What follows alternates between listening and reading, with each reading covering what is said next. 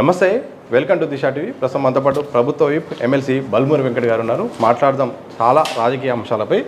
జీవన్ రెడ్డి సుదీర్ఘ కాలం పాటు కాంగ్రెస్ పార్టీలో పనిచేశారు, అన్ని పదవులు కూడా చూశారు. అలాంటి వ్యక్తి నాకు పార్టీలో అవమానాలు జరిగాయంటూ ఈరోజు కేసీఆర్ సమక్షంలో బీఆర్ఎస్లో చేరారు. ఎట్లా చూస్తారు? జీవన్ రెడ్డి గారికి జరిగిన అవమానాలు ఏంటి? జీవన్ రెడ్డి గారికి ఎమ్మెల్యే టికెట్ కావాలంటే ఎమ్మెల్యే టికెట్ ఇచ్చారు లాస్ట్ టైం. దాని తర్వాత ఎమ్మెల్సీకి అవకాశం కల్పించమంటే ఎమ్మెల్సీకి అవకాశం కల్పించారు. దాని తర్వాత మళ్ళీ ఎమ్మెల్యేగా అవకాశం కావాలంటే మళ్ళీ ఎమ్మెల్యేగా అవకాశం ఇచ్చారు. ఎమ్మెల్యే ఓడిపోయిన తర్వాత మళ్ళీ ఎంపీగా అవకాశం కావాలంటే ఎంపీగా అవకాశం ఇచ్చారు. ఇన్ని అవకాశాలు ఇచ్చి 14 సార్లు బీఫామ్ ఇచ్చి 76 ఏళ్ళ వయసు వచ్చిన వ్యక్తికి ఇంకా రాజకీయ స్వార్థం కోసం నాకు ఇంకా పదవులు కావాలి, నాకు ఇంకా అధికారంలో ఉండాలి, నేను ఇంకా అనుభవించాలి, ఇంకా ఆస్వాదించాలని చెప్పి కోరుకుంటే దానికి ఎవరు కూడా ఏం చేయలేరు.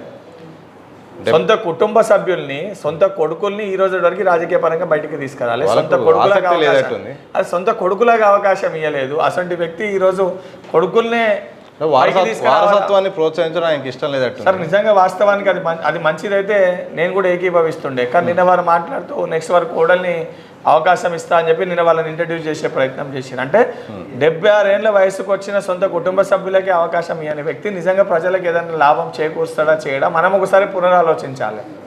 రాష్ట్రానికి చీడ పట్టింది. ఆ చీడ పోగొట్టాలంటే కేసీఆర్ రావాల్సిందే, రేవంత్ రెడ్డి పాలన పోవాల్సిందే, కాంగ్రెస్ పోవాలి, బీఆర్ఎస్ రావాలంటున్నాడు.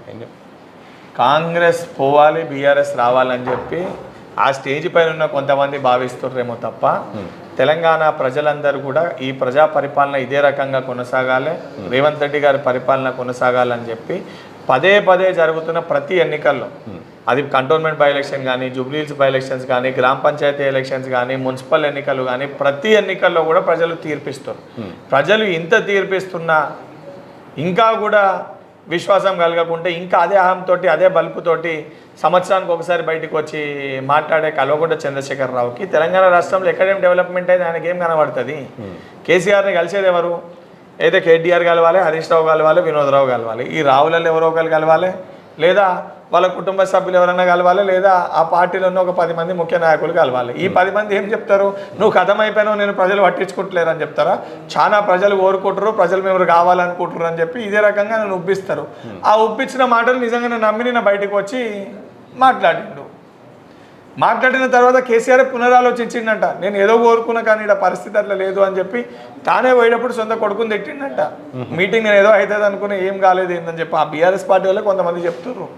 ఇది పరిస్థితి. అక్కడ హరీష్ రావుని ఎందుకు కాంగ్రెస్ టార్గెట్ చేసింది? హరీష్ రావు చక్కగా కేసీఆర్ చెప్పినట్టే ఢిల్లీకి వెళ్ళిండు, అక్కడ ఏదో కాళేశ్వరం సంబంధించిందంటే అడ్వకేట్ కలిసింది. కానీ బీజేపీలో పోతున్నట్టు పెద్ద ఎత్తున ఎందుకు ప్రచారం చేస్తే? పబ్లిక్ మీటింగ్ పెట్టుకొని కాళేశ్వరం కోర్టు కేసు ఇష్యూస్ ఉంటే ముందే వెళ్ళొచ్చు. ముందు వెళ్ళకుంటే ఇద్దరి మధ్యలో పంచాయతీ అయ్యి హరీష్ రావు కేసీఆర్ని భయపెట్టనీకే ఢిల్లీ పోయి భారతీయ జనతా పార్టీ నాయకులతో టచ్ ఉన్నాడని చెప్పి ముందుకెళ్ళి కూడా మాకు సోర్సెస్కి వెళ్ళి ఇన్ఫర్మేషన్ ఉంది.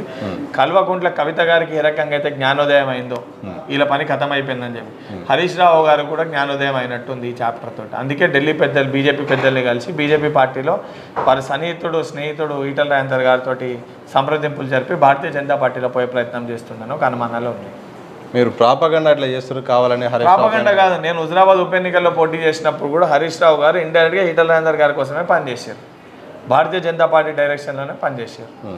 ఈరోజు అదే డైరెక్షన్లో భారతీయ జనతా పార్టీకి వెళ్తుండేమో అనే ఒక అనుమానాలు నా వ్యక్తిగత అభిప్రాయం. నా జీవితంలో నేను చేయని పదవి లేదు, చూడండి లేదు, అన్నీ కూడా నాకు ఎలాంటి ఆలోచన లేదు, ఎలాంటి ఆశలు లేవు, ఆత్మగౌరవం కోసమే ఈరోజు బీఆర్ఎస్లో చేరానని కూడా జీవన్ రెడ్డి అంటున్నారు.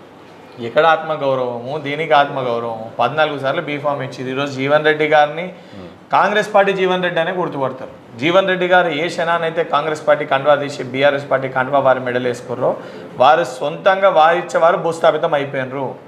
జీవన్ రెడ్డి గారిని ప్రజలు ఎవరు కూడా నమ్మే పరిస్థితి లేదు. జగిత్యాల ప్రజలు కూడా జీవన్ రెడ్డి గారిని పదే 2 సార్లు ఎమ్మెల్యేగా ఓడగొట్టారు. దానికంటే ముందు గెలిచినప్పుడు కూడా ఇది లాస్ట్ ఎలక్షన్ మళ్ళీ పోటీ చేయని చెప్పి 60 ఏళ్ళు ఉన్నప్పుడు చెప్పిండు, ఇది లాస్ట్ ఎలక్షన్ మళ్ళీ పోటీ చేయాలి.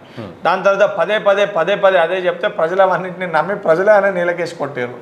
అసలు వ్యక్తి ఈరోజు మాట్లాడే మాటలకు ఏం శాంటిటీ ఉంటుంది? మీరు జీవన్ రెడ్డి గారి పని అయిపోయింది మీరు అంటున్నారు, కానీ కేసీఆర్ ఏకంగా అప్పటికప్పుడే ప్రధాన కార్యదర్శిగా ప్రకటించారు. జగిత్యాల వరకే కాదు, ఆయన మొత్తం కూడా ఉమ్మడి జిల్లాలు అన్నిటి కూడా బాధ్యతలు తీసుకోవాలని చెప్తున్నారు. కేసీఆర్ గారు హరే రామ హరే కృష్ణ అనుకోనికి ఇంకోలు కావాలి కాబట్టి ఆయన కంటే వయసులో పెద్దన్నలు ఎవరు ఆయన దగ్గర లేరు కాబట్టి 72 ఏళ్ళు ఉన్నాయని 76 ఏళ్ళు ఉన్నాయని పెట్టుకుంటా ఆయన చెప్పే చాదస్తపు మాటలకి ఇంకోళ్ళు తోడు కావాలి కదా ఆ చాదస్తపు మాటలు ఇంకోళ్ళు చెప్పనీకి అందుకు ఆ 70 ఏళ్ళలో ఇద్దరు కలిసి కూర్చొని ఇద్దరు ముస్తలు కలిసి కూర్చొని హరే రామ హరే కృష్ణ అని పాడుకుంటారు. మీరు ప్రతిసారి 75 సంవత్సరాలు అంటున్నారు కానీ ప్రధానమంత్రి మోడీ 70 సంవత్సరాలు అయిపోయింది. ఆ వ్యక్తి పదవులు ఎందుకు కావాలి చెప్పండి జీవన్ రెడ్డి గారికి? ఆయన కూడా అన్నాడు కదా మోడీ 70 ఏళ్ళకి రిటైర్మెంట్ తీసుకోవాలని చెప్పి. సిగ్గు లేకుండా అది వయసులో పెద్దలు కాబట్టి కొన్ని మాటలు నేను మాట్లాడతలే, కానీ వారి వయసులో ఉన్నదానికి కూడా వారే చెప్పిన మాటని వారే పాటించకపోతే ప్రజలు ఇవన్నింటినీ కూడా గమనిస్తారు. అండ్ నిజంగానే ఎవరిదన్నా ఒక అధ్యయనం అయిపోయినాక పదే పదే ఇంకా వారు ఉండాలి రావాలి నాకే పదవులు కావాలని కోరుకోవడం అనేది సరికాదు. జీవన్ రెడ్డి గారు ఆ రకంగా కోరుకుంటారు, ఇది వారికి మంచిది కాదు. ప్రజలే వారికి తగిన గుణపాఠం తీర్పు కూడా ఇస్తారు. ఓవరాల్గా చెప్పండి జీవన్ రెడ్డి గారి చేరిక, కేసీఆర్ సభ స్పీచ్లు, ఒకనాటి వింటేజ్ కేసీఆర్ అన్న ప్రచారం ఇవన్నీ చూస్తుంటే ఓవరాల్గా మీరు గమనించినప్పుడు ఏమనిపిస్తుంది?